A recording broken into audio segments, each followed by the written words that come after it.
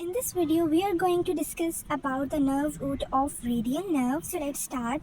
This is the portion of axilla. This is upper arm, forearm, and then hand. Okay, let's start.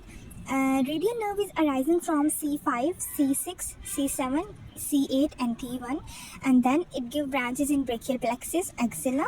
The first branch is lower lateral cutaneous nerve of arm, applies to tricep, brachialis, brachioradialis, extensor carpi, and elbow joint. All these branches are in the region of upper arm. Okay, tricep, brachialis, brachioradialis, extensor, and elbow joint.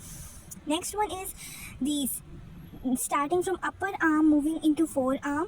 The first one is for lower lateral cutaneous nerve of arm, and then the second one is for posterior cutaneous nerve of forearm, and then in third division it gives various branches for different muscles. For example, this third division is for deep nerve of radial nerve, and it gives branches to extensor carpi radialis, brevis, supinators, and all extensor muscles like digitorum, digiti minimi, extensor carpi ulnaris, abductor pollicis longus, extensor pollicis longus, extensor pollicis brevis, and extensor indicis. Then this one is the superficial branch. Then in hand, it gives supplies to skin of the lateral side of dorsum of hand and lateral 1/3 of the fingers. So this is the complete pathway of radial nerve.